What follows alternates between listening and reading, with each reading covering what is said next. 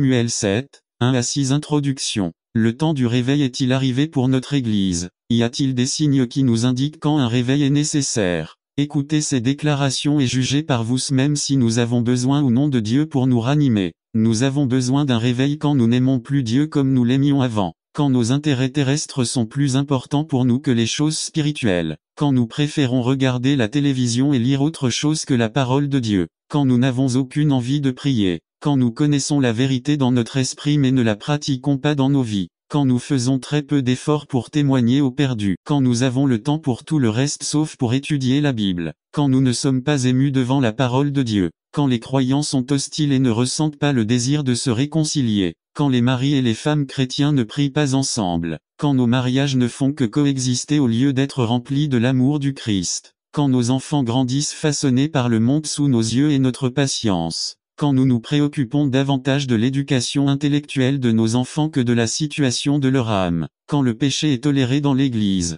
quand nous permettons aux commérages, aux critiques et au manque d'amour de nous dominer, quand nos chants et notre culte à l'Église sont sans vie, quand nos cœurs sont froids et nos yeux sont secs, quand nous nous ennuyons des louanges, quand nous avons besoin de nous amuser pour venir à l'Église, n'attendez pas qu'il soit trop tard. Devenez membre de la chaîne Today et bénéficiez de réconfort et de soutien dans les moments difficiles. Cliquez sur le lien dans la description de la vidéo. Mardi 9 avril 2024 page 1. Quand la compagnie du peuple de Dieu ne nous manque pas, quand cela nous pèse de donner pour l'œuvre du Seigneur, quand nous n'exerçons pas notre foi dans la puissance de Dieu, quand nous sommes plus préoccupés par ce que les autres pensent de nous que par ce que Dieu pense de nous, quand le feu s'est éteint dans nos cœurs, dans nos maisons et dans notre Église, quand nous sommes si aveugles que nous ne réalisons pas que nous avons besoin d'un réveil, il est évident que nous avons grand besoin d'un renouveau. La proportion du besoin de réveil semble être la même qu'à l'époque du prophète Samuel. 1 Samuel 7, 1. 6. C'est Samuel qui a apporté la lumière du réveil à la nation d'Israël pendant les jours sombres des juges où la loi en vigueur était chacun faisait ce qui lui semblait juste. En raison de cette atmosphère de décadence, la nation entière glissait de plus en plus dans le ravin de la corruption morale et spirituelle au point que la parole de Dieu n'était pas entendue. 1 Samuel 3, 1. La parole de Dieu est rare dans votre vie, mon cher frère. Non seulement l'écouter, mais aussi le vivre.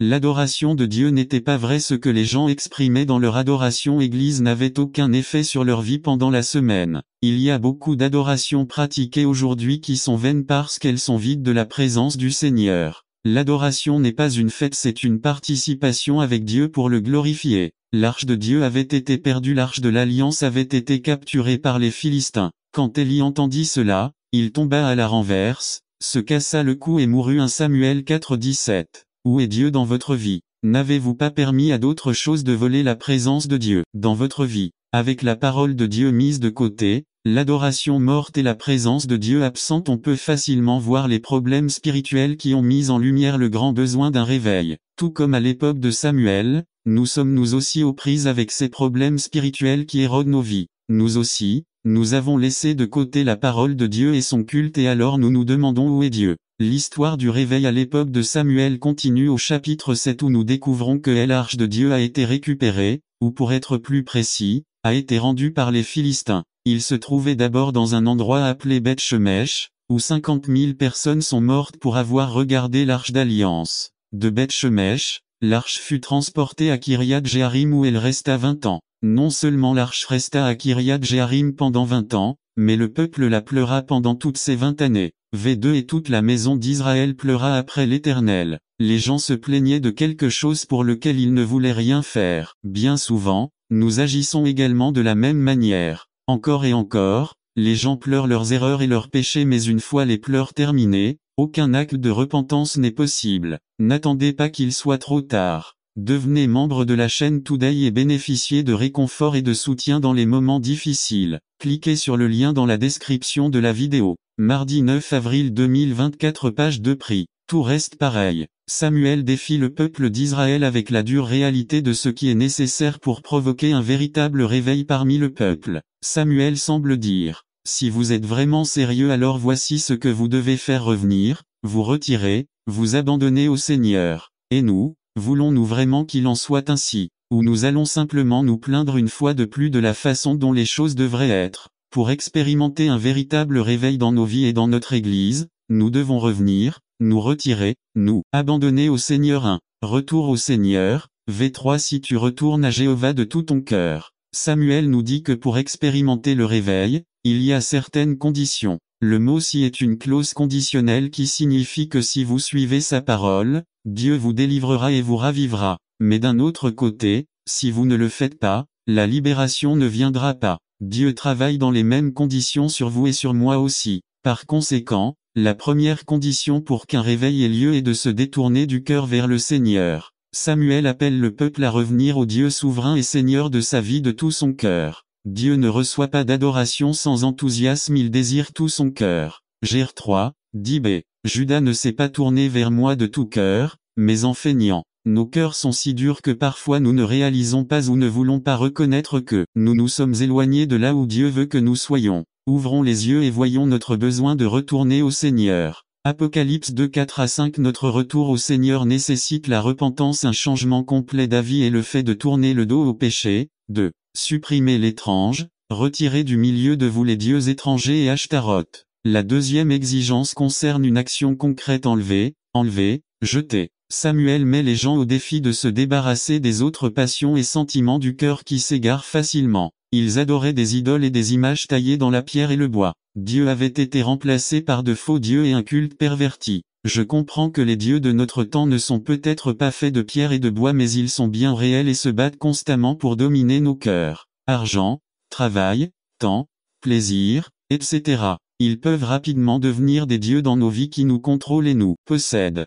Il est temps de les chasser de nos vies et de retourner au Dieu unique qui est mort pour nous. Hébreux 12, 1-2 Notre retour au Seigneur ne peut se faire sans un changement de vie. Il n'y aura pas de retour à Dieu sans éliminer les dieux qui contrôlent votre vie, sans abandonner votre péché. Il ne suffit pas que nous pleurions et gémissions pour nos péchés. La métamorphose du repentir doit se produire sous la direction de l'Esprit, pour qu'il nous montre notre péché et nous aide ensuite à le chasser de nos vies. Pour certains, cela signifiera arrêter d'aller à certains endroits, arrêter de rencontrer certains types de personnes, arrêter de faire certaines choses qui nous éloignent de Dieu et de sa parole. Tout au long des Écritures, Dieu nous appelle à prendre des décisions radicales concernant le péché: éloignez les autres dieux, purifiez-vous et changez de vêtements. Le général 35, 2. N'attendez pas qu'il soit trop tard. Devenez membre de la chaîne Today et bénéficiez de réconfort et de soutien dans les moments difficiles. Cliquez sur le lien dans la description de la vidéo. Mardi 9 avril 2024 page 3 Marc 9, 47 Le réveil nous appelle à des actions radicales en termes de retour et de retrait, mais aussi de préparation de nos vies pour les abandonner au service de Dieu. 3. Préparez les cœurs, et préparez votre cœur à Jéhovah. La troisième exigence que nous présente Samuel concerne la préparation, l'ouverture, la disponibilité pour le Seigneur. En d'autres termes, le cœur des gens doit être prêt à recevoir la parole de Dieu et à la mettre comme base de leur vie. Si nous ne préparons pas nos cœurs à entendre et à recevoir la parole de Dieu et à vivre ensuite selon ses commandements, ce n'est rien d'autre qu'une gifle que nous avons faite de notre péché. Job 11, 13-19 Nous sommes tous conscients des domaines de notre vie que nous aimerions améliorer, mais nous ne sommes pas disposés à définir notre cœur et à vivre selon la parole de Dieu. Nos vies doivent être gouvernées et dirigées par la parole de Dieu. Il est temps de purifier nos vies devant le Seigneur, de préparer nos cœurs et de les livrer sans réserve au Seigneur. 4. Offrez votre service au Seigneur, et servez-le seul. La quatrième exigence concerne le service, le travail. Samuel nous montre que sans le service rendu à Dieu, tous les autres aspects du réveil sont inutiles. La vie des chrétiens doit démontrer qu'ils servent le seul Dieu vivant et vrai. Qui servez-vous? Réalisez-vous que Satan et ses armées se battent durement pour que vous le serviez à la place de Dieu? 1 Samuel 4, 9-11 Israël a été vaincu parce qu'il a pris la parole de Dieu, son adoration et sa présence à la légère. Réveillez-vous, peuple de Dieu, nous sommes dans une bataille dans laquelle il est défini qui vous allez servir. Oui à Dieu ou aux idoles. Matthieu 4 dit Satan voulait que Jésus fasse quelque chose de contraire à la parole de Dieu. Il ne suffit pas d'assister aux offices, il ne suffit pas de lire la Bible. Dieu veut que vous le serviez, que vous marchiez devant lui selon sa parole, dans votre travail, dans votre maison, dans votre école et partout dans lequel vous évoluez. Josué 24, 14 Le réveil vient lorsque nous mettons notre cœur à servir uniquement lui. Conclusion VV3C6 Samuel appelle le peuple à se rassembler en témoignage de sa décision. Ce jour-là, Samuel versa de l'eau devant le Seigneur pour illustrer sa décision. Par cet acte Samuel indiquait que la décision était prise et qu'il ne pouvait plus revenir en arrière. Ensuite les gens ont jeûné devant le Seigneur signifiant qu'ils voulaient se rapprocher de plus en plus du Seigneur. Dieu ne cherche pas nos larmes mais des mesures concrètes pour nous éloigner du péché, afin qu'il puisse nous bénir. Aujourd'hui est un jour de décision. Aujourd'hui est le moment de décider si nous allons continuer dans la même situation ou permettre au Seigneur de remplir nos vies de sa présence à travers le réveil. Cela sera réalisé lorsque nous reviendrons, partirons, préparerons nos cœurs et nous préparerons à le servir. N'attendez pas qu'il soit trop tard. Devenez membre de la chaîne Today et bénéficiez de réconfort et de soutien dans les moments difficiles. Cliquez sur le lien dans la description de la vidéo. Mardi 9 avril 2024 page 4 Le Dieu qui aime résumé, présente une explication de la facette la plus attrayante du caractère de Dieu. Par Esteban Ulloa série. Les attributs de Dieu sujet. Le Dieu qui aime texte 1 Jin 4, 7 à 14 Introduction. Concluons notre série de messages sur les attributs de Dieu en regardant celui à qui tout le monde aurait aimé que nous parlions si mort au début de cette série. Si vous alliez dans un endroit rempli de monde et demandiez aux gens de vous dire à quoi ressemble Dieu, je pense que la plupart répondraient en disant que Dieu est amour. Mais parce que l'amour de Dieu est son attribut le plus populaire, il est aussi le plus incompris. D'une certaine manière, vous ne pouvez pas vraiment comprendre l'amour de Dieu sans avoir d'abord compris les autres attributs. Donc ce matin, nous allons étudier l'amour de Dieu. Commençons par examiner 3 malentendus sur l'amour de Dieu, puis 3 vérités fondamentales sur l'amour de Dieu. Incomprendu sur l'amour de Dieu. Le premier malentendu sur l'amour de Dieu est d'affirmer que dire Dieu est amour équivaut à dire l'amour est Dieu. Dieu est amour, mais l'amour n'est pas Dieu. L'apôtre Jean nous donne une description de Dieu, pas une définition. Les gens utilisent ce faux argument pour excuser toutes sortes de péchés. L'adultère et d'autres formes de comportement immoral sont souvent excusées par cette phrase. C'est juste que je l'aime. Cette déclaration implique que l'amour rend tout bien. L'argument semble souligner que si Dieu est amour, alors chaque sentiment d'amour que j'éprouve vient de Dieu et est donc approuvé par Dieu. Les gens utilisent le mot amour pour justifier toutes sortes de péchés sous cet argument. Le deuxième malentendu est l'idée que Dieu aime tout le monde de la même manière. J'aime ma famille, j'aime mon pays, j'aime mon travail et j'aime mon chien, mais je ne les aime pas tous de la même manière. Dieu aime les croyants différemment des non-croyants. Dieu aime le monde mais il aime ses enfants bien plus encore. Dieu démontre son amour au monde en leur donnant le temps de se repentir, en leur offrant le salut, en témoignant de sa bonté dans la création, en faisant briller le soleil sur les justes comme sur les injustes. Cependant, il a décidé de montrer un amour particulier à ceux qui sont ses enfants. F1 4 Ainsi Dieu a choisi Israël parmi toutes les nations du monde. Il a choisi Jacob et non Ésaü. Nous savons que ce n'est pas à cause de quelque chose de bon ou de mauvais qu'ils ont fait. Romains 9. Nous ne savons pas pourquoi il a choisi de les aimer et nous ne savons pas pourquoi il a choisi de nous aimer mais il l'a fait. Dieu dit simplement n'attendez pas qu'il soit trop tard. Devenez membre de la chaîne Today et bénéficiez de réconfort et de soutien dans les moments difficiles. Cliquez sur le lien dans la description de la vidéo. Mardi 9 avril 2024 page 1 J'aurai pitié de celui à qui j'aurai pitié. Il n'est pas obligé d'aimer tout le monde de la même manière. La miséricorde et l'amour sont des dons manifestés selon la volonté de celui qui les donne. La troisième erreur est de croire que le fait que Dieu est amour signifie que tout le monde finira par aller au ciel. L'amour de Dieu n'annule pas sa sainteté. Il y a ceux qui croient que Dieu est trop aimant pour permettre à quelqu'un de se perdre et d'aller en enfer. Mais comme nous l'avons vu dans nos messages précédents, Dieu n'est pas seulement amour, il est aussi juste et saint. Dieu juge le péché. Il doit juger le péché. Il jugera le péché à travers le substitut qu'il a fourni, Jésus-Christ, ou il jugera chaque personne pour ne pas avoir reçu le salut. Dieu n'est pas obligé d'étendre son amour, sa grâce et sa miséricorde envers ceux qui ont rejeté son amour. La vérité sur l'amour de Dieu. Tout d'abord, nous devons comprendre que nous ne pouvons pas décrire un amour qui dépasse notre compréhension. Nos paroles ne peuvent pas exprimer ni notre esprit comprendre l'amour de Dieu pour nous. L'amour de Dieu n'est pas mérité. Très profondément ancré dans le cœur humain se trouve l'idée que nous méritons d'une manière ou d'une autre l'amour de Dieu. Nous avons l'idée que nous sommes tendres. Même certains chrétiens croient qu'ils en ont fait assez pour mériter l'amour de Dieu. Mais la Bible dit que l'amour que Dieu nous donne est totalement immérité. Jean 15:16 Notre salut n'est pas dû à notre sage décision, c'est à cause de la décision que Dieu a déjà prise nous offrir le salut. Paul dit que même la foi est un don de Dieu. F 2:8.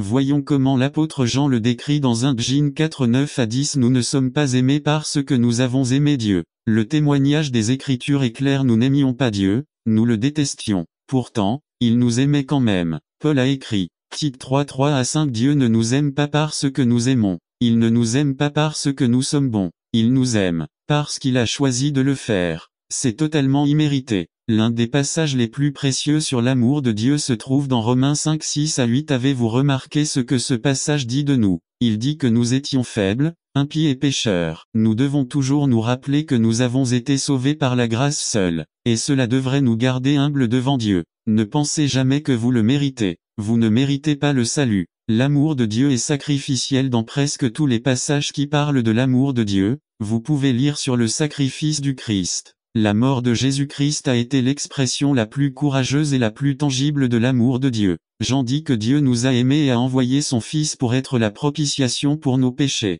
V10. Dans Romains 5, nous lisons que Jésus-Christ a donné sa vie pour nous. Dans ce passage, Paul reconnaît qu'il y a des actes d'héroïsme qui se produisent dans le monde, mais que ce que Dieu a fait était un sacrifice incroyable. Supposons que vous soyez un soldat. Vous étiez dans la jungle lorsque votre régiment a été attaqué. Les ennemis ont lancé une grenade au milieu de leur groupe. Et puis, supposons que le sergent saute sur la grenade, sacrifiant sa vie pour que d'autres puissent vivre. Cette action serait-elle considérée comme un acte d'amour? Bien sûr que oui. Ce soldat restera dans les mémoires comme un héros. Ces actes sont rares mais ils surviennent. Un père donnerait sa vie pour sauver celle de son fils, un ami serait prêt à le faire. N'attendez pas qu'il soit trop tard. Devenez membre de la chaîne Today et bénéficiez de réconfort et de soutien dans les moments difficiles. Cliquez sur le lien dans la description de la vidéo. Mardi 9 avril 2024. Page 2. Donne sa vie pour son ami. Des fois ça arrive.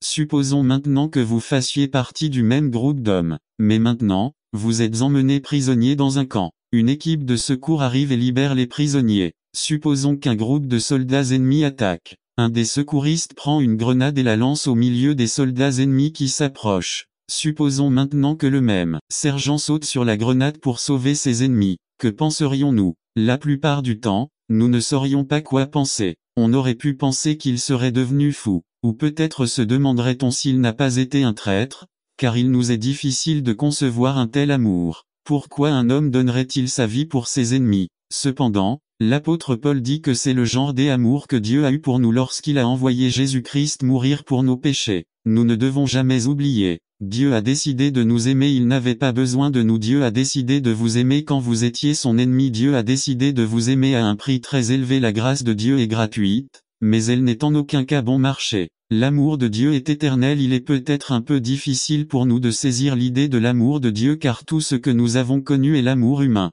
Nous sommes conscients que nous vivons à une époque de divorce facile. Les gens se marient puis divorcent. L'amour semble être fort et puis il disparaît. L'amour humain est inconstant. Les supporters d'une équipe ne sont là que lorsque l'équipe gagne. Les enfants semblent aimer et détester leurs amis en fonction de leur aide à un moment donné. Mais l'amour de Dieu n'est pas ainsi. Dans Éphésiens 1:4, il nous est dit que Dieu nous a choisis avant la création du monde. L'amour de Dieu pour nous a commencé avant notre naissance et s'étendra tout au long de l'éternité. Paul déclare sans hésitation. Romains 8:35, 37 à 39. Quand Dieu aime, ce n'est pas pour un instant. L'amour de Dieu ne diminue ni ne fluctue pour ceux qui sont ses enfants. La plupart d'entre nous qui avons des enfants le comprennent. Nos enfants peuvent faire des choses que nous n'aimons pas, mais malgré cela, nous continuons à les aimer. De même, mais d'une manière bien plus grande, Dieu nous aime d'une manière qui ne change pas. L'amour de Dieu est constant, éternel et sûr. Lorsque nous sommes enfants de Dieu par la foi en Jésus-Christ, nous n'avons pas à craindre que Dieu change son amour pour nous. Conclusion: si Dieu nous aime de cette façon, nous devrions l'aimer aussi. Comme tous les autres attributs de Dieu, l'amour de Dieu devrait nous mettre à genoux pour le louer. Si nous comprenons ce que Dieu a fait en Christ, nous serons capables de tout pour trouver cet amour. Il n'est pas possible de connaître l'amour de Dieu et de rester dans une attitude d'orgueil devant lui. Si vous comprenez le grand amour du Père pour vous, vous courez vers lui à bras ouverts. Il a fourni un chemin de pardon et de vie. Celui qui comprendra recevra le cadeau. J.I. Packer ajoute: n'attendez pas qu'il soit trop tard. Devenez membre de la chaîne Today et bénéficiez de réconfort et de soutien dans les moments difficiles. Cliquez sur le lien dans la description de la vidéo mardi 9 avril 2024 page 3. Est-il vrai que Dieu est amour pour moi qui suis chrétien? Si oui, alors pourquoi est-ce que je me plains toujours, insatisfait et irrité des circonstances dans lesquelles j'ai été placé? Pourquoi suis-je toujours craintif, désespéré et déprimé? Pourquoi est-ce que je laisse mon cœur se refroidir et se diviser au service de ce Dieu qui m'aime? Celui qui comprend l'amour de Dieu a une nouvelle façon de voir et d'affronter toute chose. Deuxièmement, si Dieu nous aime ainsi, nous devons aussi nous aimer les uns les autres. C'est la conclusion que Jean présente dans sa lettre 1 Jean 4, 7,8-11,12. Son argument est fort. Aimer les autres reflète la nature de Dieu qui est en nous. Aimer les autres est la preuve que nous sommes ses enfants. Nous devons aimer les autres parce que nous savons ce que signifie être aimé. Nous devons aimer les autres parce que, lorsque nous le faisons par ce faisant, nous permettons à Dieu de vivre plus pleinement en nous. Les personnes qui ont été aimées comme nous l'avons été en Christ sont des personnes différentes. Ils changent leur façon de communiquer avec les autres. Ceux qui ne s'aiment pas ne connaissent pas l'amour de Dieu. N'attendez pas qu'il soit trop tard. Devenez membre de la chaîne Today et bénéficiez de réconfort et de soutien dans les moments difficiles. Cliquez sur le lien dans la description de la vidéo.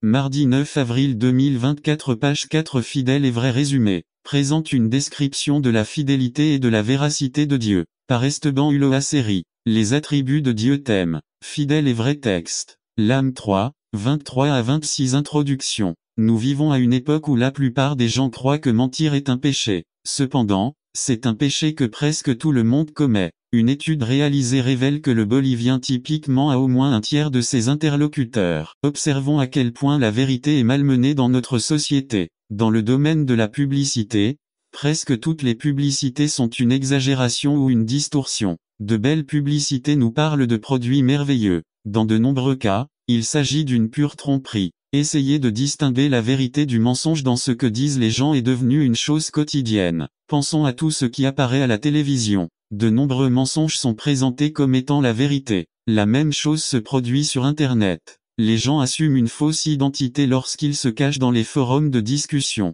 Les gens envoient des messages au nom des autres. C'est très facile de faire semblant, c'est très facile de mentir sur Internet. Ce matin, nous allons profiter d'une oasis au milieu de ce monde de mensonges. Nous trouvons une ancre de vérité et de confiance en Dieu. Dieu est vérité dans son être. Jean 14. Si Jésus ne dit pas qu'il est le chemin vers la vérité, il dit qu'il est le chemin et aussi la vérité. La vérité n'est pas un élément de connaissance. La vérité est ancrée dans une personne. Lorsque Ponce Pilate se tenait devant Jésus, il lui posa cette question. Qu'est-ce que la vérité? Malheureusement, Pilate n'a pas attendu la réponse. Pilate posait la mauvaise question. La question n'aurait pas dû être quoi est la vérité, mais qui est la vérité. La vérité trouve son origine dans la personne et le caractère de Dieu. 1 Jn 5, 20 Quand nous disons que Dieu est vrai, nous disons au moins deux choses. 1 Nous voulons dire que Dieu est le seul pur et irréprochable. Il n'y a aucune ombre de variation en lui. 2 Dieu est vrai parce qu'il est par qui tout le reste est mesuré.